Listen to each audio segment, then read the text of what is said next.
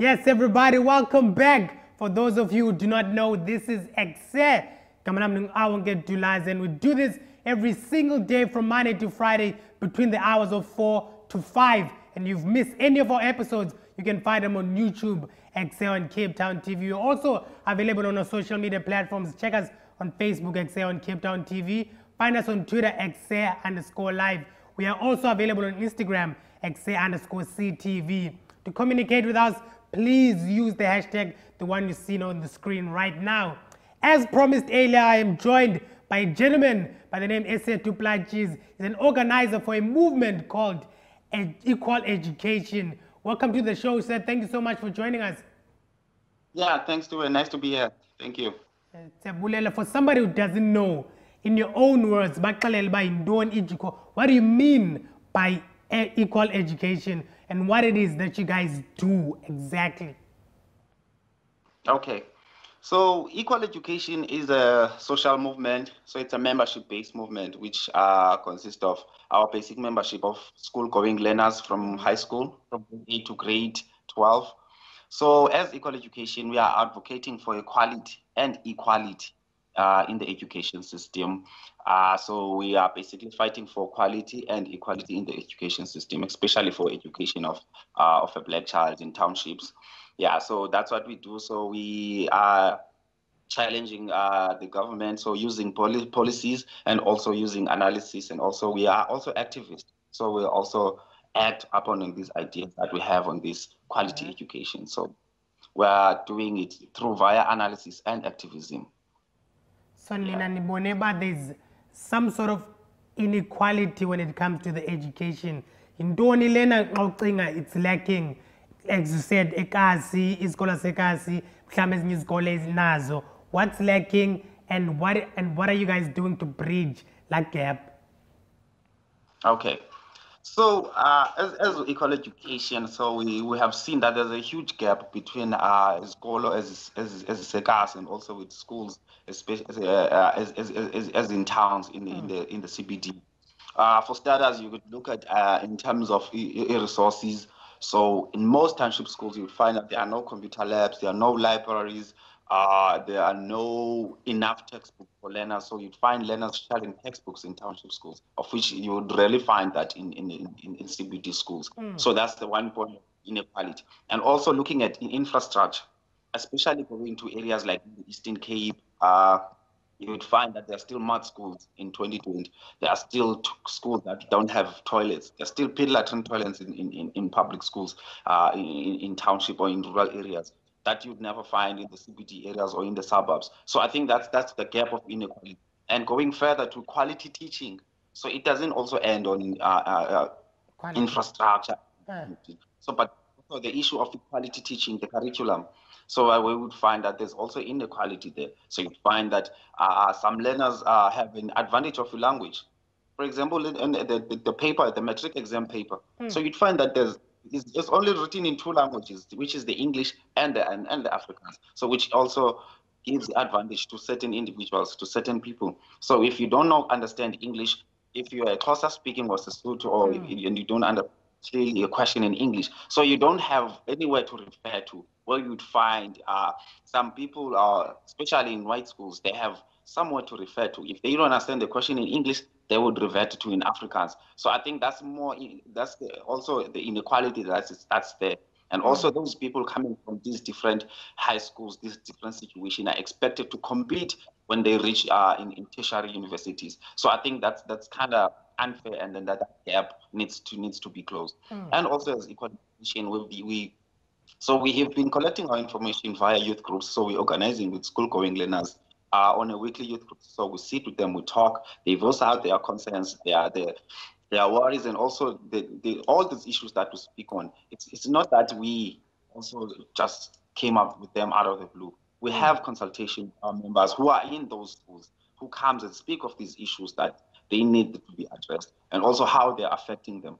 So we take those issues and we try to work with them, and also show them how they can lead their own struggles to ensure that these issues are addressed. So we as Equal Education, we support the struggles of learners. So also at the same time, we need to put them in front of their own struggles. We're just there to support them and ensure that the government listens. and also to offer resources to say we fight for this quality education for a black child so that they can be able to grow themselves and be able to compete in those tertiary universities.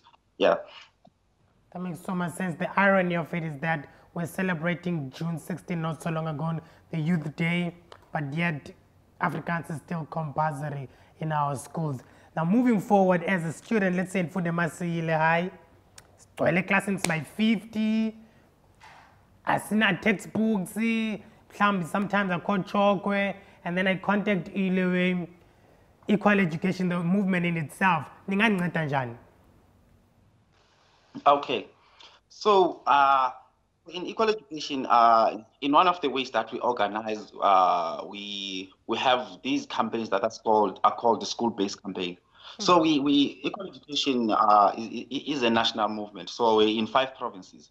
So we have what we call the national campaign, which is the minimum norms and standards for school infrastructure. So you would have a provincial campaign, which is here in the Western Cape. We were, before this pandemic, we were focusing on issues of safety in schools.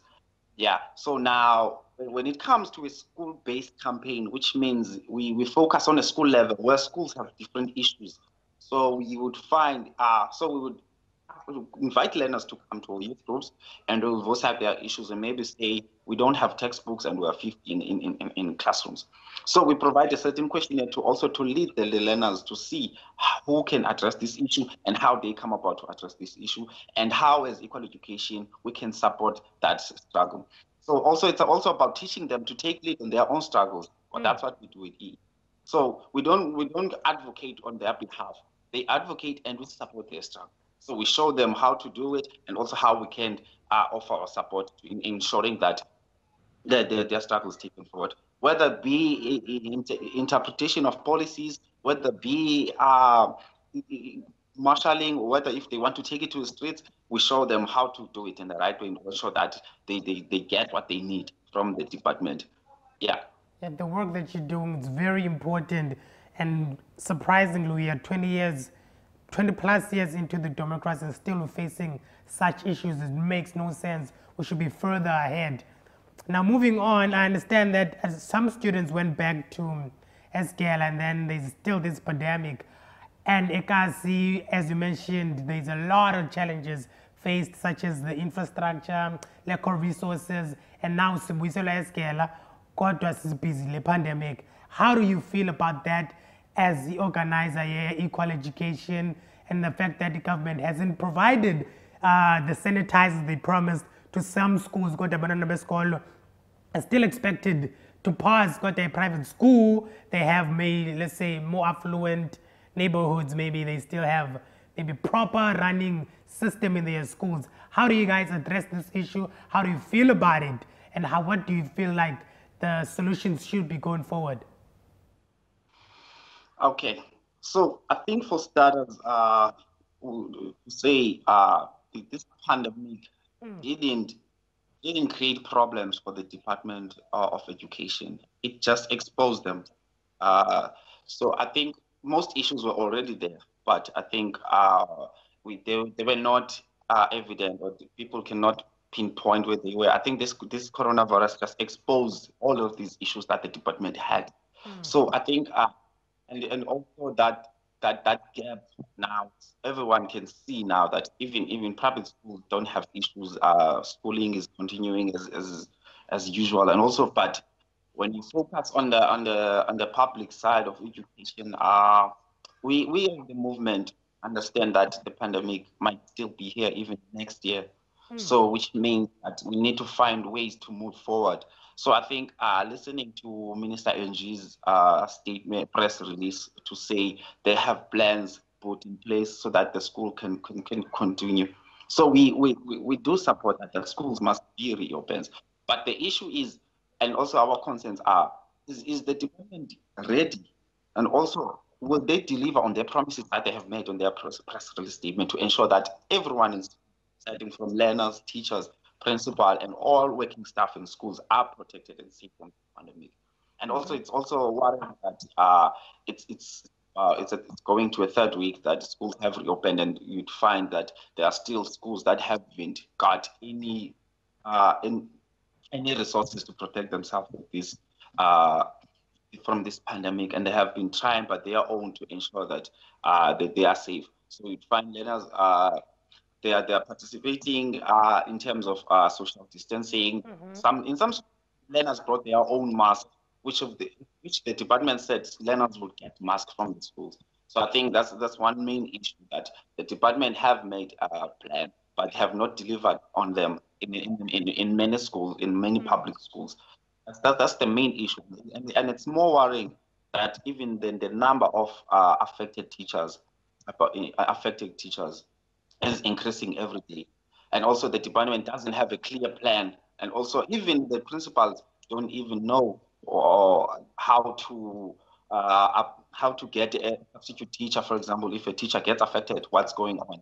It's not clear on what is the process to follow when you have a teacher affected by the pandemic. And also what is the plans of the department if what is the plan of the department if their learners affected, or how are going to deal with the continuation of learning, ensure that learning is not interrupted by this by all of these by the cases. So imicimbi I go clear even on the provincial side. So as qualification Upper Western Cape, yes, a letter to Department of Education, MEC Debishepa, stating all of these issues, that we need a clear plan that abafundi needs to know if teachers is affected, it's in the process of getting a new teacher, or it depended from a school to replace the teacher with the volunteers. And also principals are not getting responses from the department. So if a school...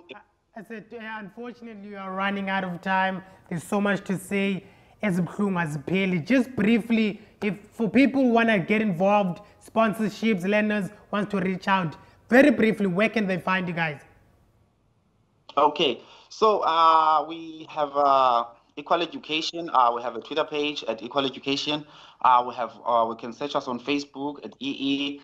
And also, our offices are in Khayelitsha at its Vivana Center, 8 Mzala Street, opposite the Home Affairs and SASA building. But for now, we are still closed until we know for sure when and how we can operate moving forward, since we are dealing with learners.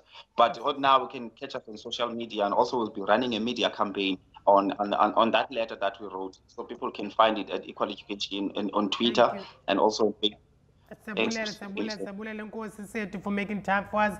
There's a lot more to speak about with regards to that issue, and we hope that we do receive equal education in our lifetime.